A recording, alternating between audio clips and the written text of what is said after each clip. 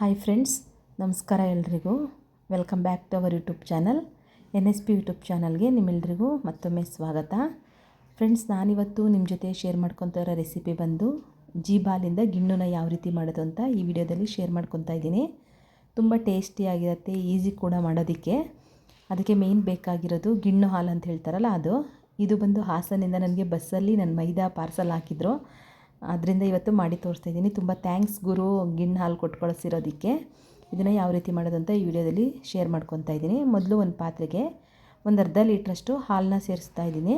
ಅಂದರೆ ಮೇಯ್ನು ನಾವು ಜೀಬ್ ಹಾಲನ್ನು ನೋಡ್ಕೊಬೇಕು, ತೆಳುವ ಇದೆಯಾ ಅಥವಾ ತುಂಬ ಮಂದ ಇದೆಯಾ ಅಂದ್ಬಿಟ್ಟು. ಫಸ್ಟ್ ಡೇದು ಹಾಲಾದರೆ ತುಂಬ ಗಟ್ಟಿಯಾಗಿ ಮಂದವಾಗಿರುತ್ತೆ, ಆವಾಗ ನಾವು ಸ್ವಲ್ಪ ಕ್ವಾಂಟಿಟಿನಲ್ಲಿ ಹಾಕಿದ್ರೆ ಸಾಕಾಗತ್ತೆ ಜೀಬ್ ಹಾಲನ್ನು. ನಾನಿಲ್ಲಿ ಒಂದು ಅರ್ಧ ಲೀಟ್ರಷ್ಟು ಹಾಲನ್ನ ಸೇರಿಸ್ಕೊತಾ ಇದ್ದೀನಿ. ಆಮೇಲೆ ಕಾಯ್ದು ಆರಿರೋ ಹಾಲನ್ನ ಹಾಕೋದಕ್ಕೆ ಹೋಗಬೇಡಿ, ಹಸಿ ಹಾಲನ್ನೇ ಹಾಕ್ಕೊಳ್ಳಿ. ಒಂದು ಟೇಸ್ಟು ಚೆನ್ನಾಗಾಗಲ್ಲ ಕಾಯ್ದಿರೋ ಹಾಲನ್ನ ಹಾಕ್ಕೊಂಡ್ರೆ, ಮತ್ತು ಕೆಲವೊಂದು ಸಲ ಗಿಣ್ಣು ಚೆನ್ನಾಗಿ ಬರಲ್ಲ ಕಾಯ್ದಿರೋ ಹಾಲನ್ನ ಹಾಕ್ಕೊಂಡ್ರೆ. ಅದಕ್ಕೋಸ್ಕರ ಹಸಿ ಹಾಲನ್ನ ಹಾಕ್ಕೊತಾ ಇದ್ದೀನಿ.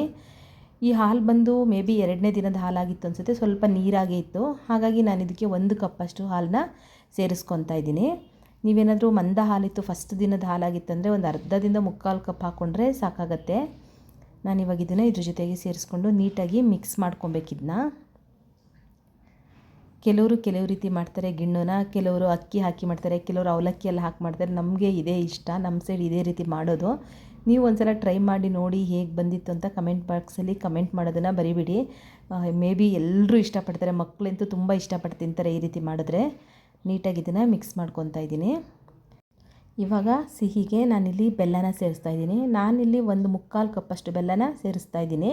ನೀವು ತುಂಬ ಇಷ್ಟಪಡ್ತೀರ ಸ್ವೀಟು ಅಂತ ಅನ್ನೋದಿದ್ರೆ ನೀವು 1 ಕಪ್ ಬೇಕಾದರೂ ಹಾಕ್ಕೊಬೋದು, ಅಥವಾ ನೀವು ಹೆಚ್ಚು ಕಮ್ಮಿ ಬೇಕಾದರೂ ಮಾಡ್ಕೊಬೋದು. ಯಾಕೆಂದರೆ ನೀವು ನೀಟಾಗಿ ಹಾಲಲ್ಲಿ ಎಲ್ಲ ಮಿಕ್ಸ್ ಆದಮೇಲೆ ಸ್ವಲ್ಪ ಟೇಸ್ಟ್ ನೋಡಿದ್ರೆ ಗೊತ್ತಾಗುತ್ತೆ ನಿಮಗೆ ಸಿಹಿ ಬೇಕಾ ಅಥವಾ ಸಾಕಾಗುತ್ತಾ ಅನ್ನೋದಕ್ಕೋಸ್ಕರ. ಇವಾಗ ನೀಟಾಗಿ ಬೆಲ್ಲ ಈ ಹಾಲಲ್ಲೇ ಕರಗಬೇಕು.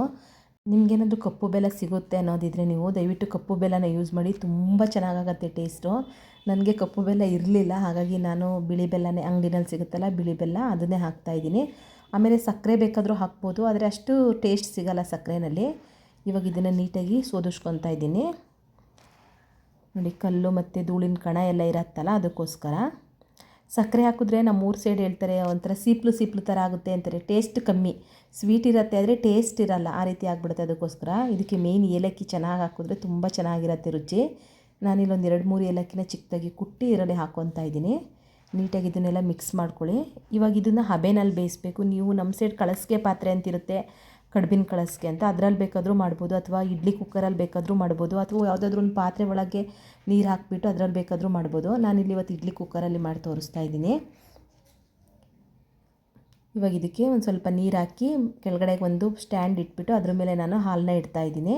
ಆಮೇಲೆ ಮೇಯ್ನ್ ನೀವು ಹಾಲಿಗೆ ಏನಾದರೂ ಒಂದು ಪ್ಲೇಟ್ನ ಮುಚ್ಚಬೇಕು, ಏಕೆಂದರೆ ನಾವು ಇದು ಹಬೆನಲ್ಲಿ ಬೇಯಿಸ್ತಾ ಇರೋದ್ರಿಂದ ಹಬೆ ನೀರೆಲ್ಲ ಅದರೊಳಗಡೆ ಬಿದ್ದರೆ ಟೇಸ್ಟ್ ಕಮ್ಮಿ ಆಗುತ್ತೆ. ಹಾಗಾಗಿ ಹಬೆ ನೀರು ಒಳಗಡೆ ಬೀಳ್ದಿರೋ ಥರ ನೀವು ಒಂದು ಪ್ಲೇಟ್ನ ಮುಚ್ಚೋದನ್ನು ಮರಿಬೇಡಿ. ನೀವು ಇದನ್ನು ಒಂದು ಮಿನಿಮಮ್ ಅಂದರೂ 15ರಿಂದ 18 ನಿಮಿಷ ಬೇಯಿಸ್ಕೋಬೇಕಾಗತ್ತೆ. ಅಂದರೆ ನೀವು ಬೇಕಂದರೆ ಕುಕ್ಕರಲ್ಲಿ ಬೇಕಾದರೂ ಮಾಡ್ಕೊಬೋದು, ಆದರೆ ವಿಸಲ್ ಹಾಕುವಂತಿಲ್ಲ. ಹಾಗೆ ನೀವು ಗ್ಯಾಸ್ಕೆಟ್ ಹಾಕಿ ವಿಸಲ್ ತೆಗೆದುಬಿಟ್ಟು ಬೇಯಿಸ್ಕೊಳ್ಳಿ. ಸೇಮ್ ಅದು ಅಷ್ಟೇ, ಇದೇ ಟೈಮಿಂಗ್ಸಲ್ಲಿ ಬೇಯುತ್ತೆ. ಆಮೇಲೆ ತಕ್ಷಣ ತಿನ್ನೋದಕ್ಕೆ ಬರಲ್ಲ ಇದು, ಏಕೆಂದರೆ ನಾವು ಇದನ್ನು ಬೇಯಿಸಿ ಒಂದು 2 ಅವರ್ ಆದಮೇಲೆ ಇದು ತಿನ್ನೋದಕ್ಕೆ ಚೆನ್ನಾಗಾಗುತ್ತೆ. ತಣ್ಣಗಿದ್ರೆ ತುಂಬ ಚೆನ್ನಾಗಿರುತ್ತೆ ಇದು. ಬಿಸಿ ಗಿಣ್ಣು ಅಷ್ಟು ಚೆನ್ನಾಗಾಗಲ್ಲ ತಿನ್ನೋದಕ್ಕೆ. ಹಾಗಾಗಿ ನೋಡಿ, ಇವಾಗೆಲ್ಲ ಬೇಯಿಸಿ 2 ಅವರ್ ಆಗಿದೆ. ಇವಾಗ ನಿಮ್ಮ ಜೊತೆ ಇದನ್ನು ತೋರಿಸ್ತಾ ಇದ್ದೀನಿ. ತುಂಬ ಚೆನ್ನಾಗಿ ಬಂದಿದೆ, ಎಲ್ಲರೂ ಇಷ್ಟಪಟ್ಟು ತಿಂತಾರೆ ಇದನ್ನು, ಅಷ್ಟು ಚೆನ್ನಾಗಿರುತ್ತೆ. ಇವಾಗ ಆಲ್ರೆಡಿ ನನ್ನ ಮಗಳು ಓದೋದಕ್ಕೆ ಕಾಯ್ತಾ ಇದ್ದಾಳೆ. ನೋಡಿ, ನೀಟಾಗಿ ಅದು ಗಟ್ಟಿಯಾಗಿದೆ, ಸೇಮ್ ಕೇಕ್ ಥರ ಆಗಿರುತ್ತೆ, ಕೇಕ್ಗಿಂತನೂ ಸಾಫ್ಟಾಗಿರುತ್ತೆ. ಇವಾಗ ಇದನ್ನು ನೀಟಾಗಿ ಬಿಡಿಸ್ಕೊಬೇಕು. ಸುತ್ತ ಒಂದು ಸ್ವಲ್ಪ ಪಾತ್ರೆನಲ್ಲಿ ಮಾಡಿದ್ದೀವಲ್ವ, ಹಾಗಾಗಿ ನೀವೇನಾದರೂ ಫ್ಲ್ಯಾಟಾಗಿರೋ ಪಾತ್ರೆನಲ್ಲಿ ಹಾಕಿದ್ರಿ ಅಂತಂದರೆ ನಿಮ್ಗೆ ಈಸಿ ಆಗುತ್ತೆ ಇನ್ನು ಕಟ್ ಮಾಡೋದಕ್ಕೆ.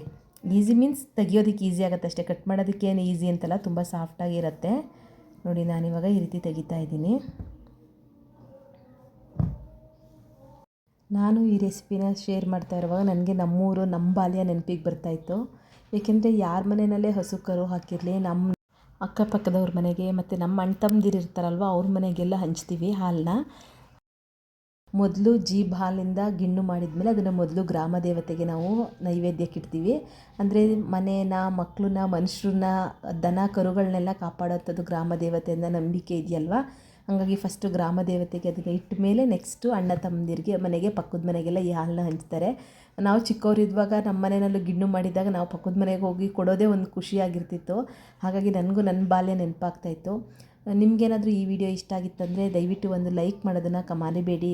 ಕಮೆಂಟ್ ಮಾಡಿ, ಪಾಸಿಟಿವ್ ಇರಲಿ ನೆಗೆಟಿವ್ ಇರಲಿ ಯಾವುದಿದ್ರೂ ನಾನು ಎಕ್ಸೆಪ್ಟ್ ಮಾಡ್ಕೊತೀನಿ ಅಂತ ಹೇಳ್ತಾ ಈ ವಿಡಿಯೋನ ಇಲ್ಲಿಗೆ ಕ್ಲೋಸ್ ಮಾಡ್ತಿದ್ದೀನಿ. Thank you friends, thank you so much for watching. Bye bye, see you next ವಿಡಿಯೋದಲ್ಲಿ ಸಿಗ್ತೀನಿ. Take care.